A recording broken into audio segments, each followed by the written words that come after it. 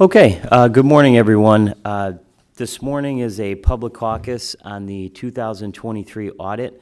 We have with us today our CFO, Dave Bolzoni, and Tim Mira, who did the audit from the firm Zelenkowski Axelrod, LLC.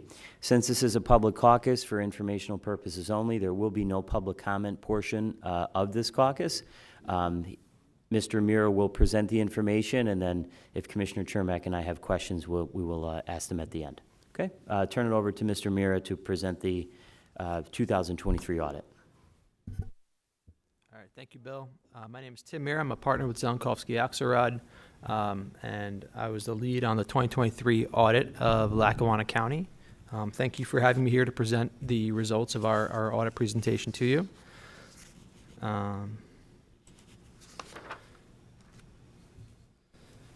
So for the 2023 audit, we expressed an unmodified opinion on the county's financial statements. What this is essentially saying is that the financial statements are fairly presented in all material respects in accordance with accounting principles generally accepted in the United States of America. And as part of our audit procedures, we're required to gain understanding of the county's internal control process. As part of that process, we didn't find any deficiencies, and as a result, there was no management letter comment issued during the year. As part of the 2023 audit, there were 3 GASB statements or pronouncements that were required to be adopted, GASB 94, 96, and 99. They're outlined in footnote 18 of the financial statements or of the report on page 68. Excuse me, the adoption of these 3 statements did not have any impact on the county's financial statements. Jumping into the financial results, the governmental activities of the county ended the year with a net position deficit of $76.8 million. This $76.8 million is comprised of net investment in capital assets of a deficit of $34.6 million, restricted of $25 million, and unrestricted net position of deficit of $67.2 million. So this is a $16.7 million deficit decrease from the prior year, so that's a good thing. And the restricted $25 million net position that you're seeing there, that's comprised of it's funds restricted for grant programs for the county. Just a little bit about this. The information that this is derived is from pages 16 and 17, as well as page 18, the statement of net position and statement of activities for the county. This is essentially their entity-wide balance sheet and income statement for the county. And these balances are based on the economic resource measurement focus, which essentially is your full accrual basis of accounting. So this includes your long-term debt, long-term liabilities, pension, all of those things, leases, as well as your capital assets. And just some year-over-year changes to note. The counties saw a net pension increase of $41.2 million from 22 to 23. Although when you take into consideration the impact of the deferred inflows and deferred outflows, it really was actually a decrease of the deficit of $2.5 million. Long-term debt increased year over year. It was a net increase of $13.6 million with the issuance of the 2023 general obligation bonds and notes. They had, I think, the issuance of those bonds and notes were $25.6 million, and they had principal payments of $12 million.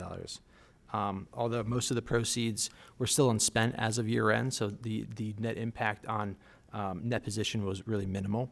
But the big drivers that's for the $16.7 million decrease, revenues remained relatively flat year over year, but there was a decrease in expenditures, and that was really the big driver for the decrease of the deficit. General government, admin and judicial, as well as community development, and as well as interest and long-term debt were the big drivers for the decrease in the expenses as well as the deficit that we saw. The next slide is really just a different way to show the revenues and expenses year over year, just another way of visualizing it. Again, revenues for 2023 ended the year with $280.3 million, with expenses at $263.7 million.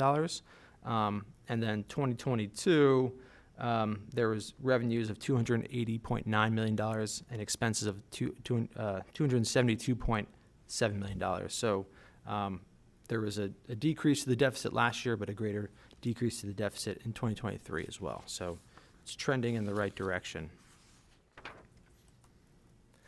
Now to discuss the general fund, which is the main operating fund of the county.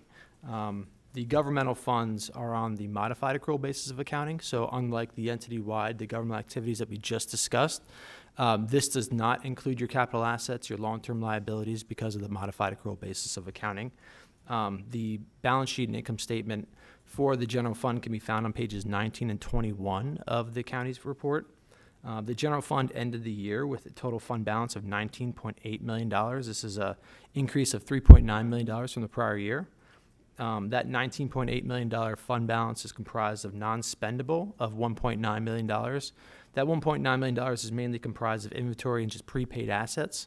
Assigned fund balance of $1.2 million, which is the county set aside for economic development, and an unassigned fund balance of $16.7 million.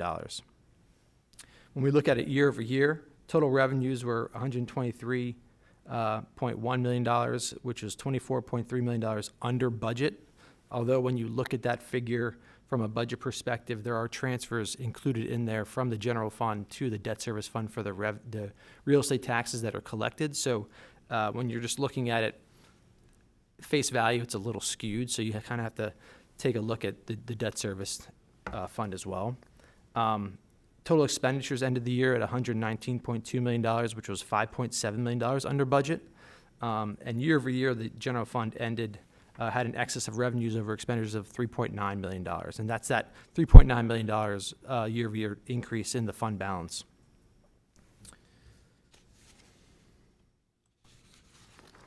Again, here's just some slides to show year over year changes.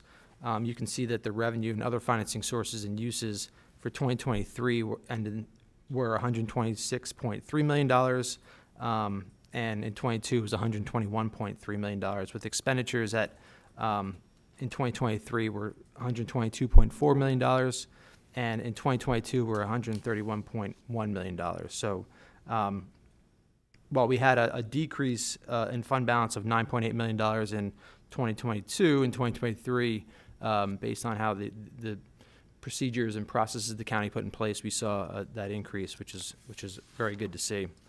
The next slide is really just a trend for the last couple of years of showing, the bump up in the county's general fund balance. Just to note some other governmental funds, the debt service, mainly the debt service and the capital projects fund. The debt service fund ended the year with a deficit of $1.9 million. This was a net change in fund balance of roughly $974,000. Total revenues for the year in the debt service fund were $18.9 million, and total expenditures were $19.8 million. The capital projects fund ended the year with a fund balance of $26.4 million, which was a net change, an increase of $25.9 million,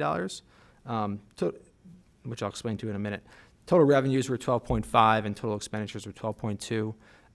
In the other financing sources and uses, the capital projects fund, that's where the debt proceeds are sitting, so that's why you're seeing that significant increase.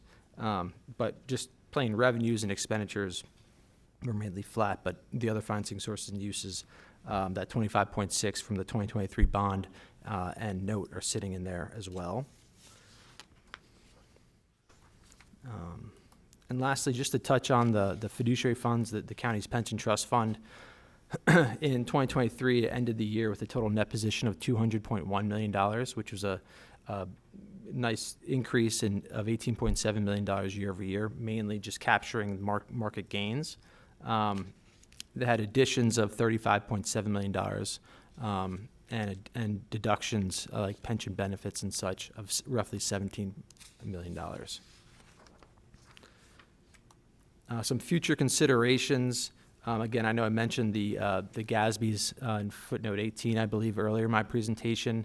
In 2024, the GASB or the county will have to look into adopting, I think, compensated absences, and which is GASB 101 and 100, which is accounting for accounting changes. won't really have significant impacts on the county, but we'll work with Dave and his team to make sure that gets implemented and reported properly. I guess there are no questions, so. Okay. Thank you. Yeah, thanks, Tim. I just have a few questions. So the first one is, in terms of having a presentation like this, would you consider that a best practice, and do you do that in other counties that you audit, having a public presentation like this? I think it's a mix, Bill. Some counties will have just a private meeting with the commissioners and chief clerk and finance staff. Others want it presented. I think it all depends. It's not a one size fits all. Okay. Can you talk to us about any improvements that you've seen in terms of the timeliness of the audit? I know since we took over last year, we've put a big emphasis on trying to get the audit done on time, and I know Mr. Bolzoni has gone to great lengths to make sure that we're moving in that direction. So can you speak to that? Yeah, absolutely. I think when we look at 22 compared to 23, I saw great improvement in 23. I know bringing in Bob Dean into Dave's staff, as well as hiring an additional individual to facilitate. Bob was great, and then between the consultant, Bob, and Dave working together, a lot of the information, the timeliness of responses and such was fantastic. So we saw a much greater response and feedback in 23 compared to 2022. And I think getting another year under Bob's belt, I know he just started earlier last year. I'm looking forward to the 2024 audit to really continue with that momentum and efficiency. That's great. Yeah. From an audit perspective, what are some of the greatest sensitivities in the various areas of the audit relative to when a rating agency looks at it, or banks, things like that? Yeah, I think the general fund balance, which I know has been you guys have been focusing on getting the reserves and the general fund up, as well as just the finance staff and the results from my experiences, which all things are trending in the right direction. Getting and I feel like if we continue on this path, the 2024 audit will get done, hopefully by 12/31. I think if we can. That's what we're shooting for, and that it's only going to look better in the eyes of the rating agencies. So yeah. Great. Thank you. Any questions, Commissioner Trimac? Well, first, Dave, do you have anything you'd like to add, or you? No, I think Tim did a very good job providing an overview of the audit results. You certainly can do a deep dive into any number of categories if you wanted to. Because there's always a lot more behind the numbers. But just in terms of an overview, Yeah, I think that was really provided very well. yeah, no, I agree, and and I know back, you have to go back a couple of years, but you were relatively new and certainly understaffed, so getting this done was not an easy task, getting the information to get this completed, but, oh, that's not working? Oh.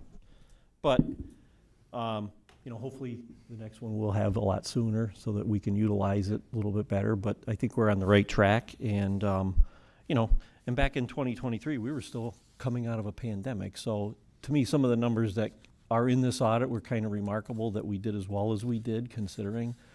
But so I look forward to, getting the next, our newest audit sooner so that we can use it. And, but I think it was a good job, and I know a couple of my finance team people are here, and we've gone over it in depth, and I know they've had questions, and we've gotten answers. But good job, and I appreciate coming today and explaining everything. Thank you. Happy to do it.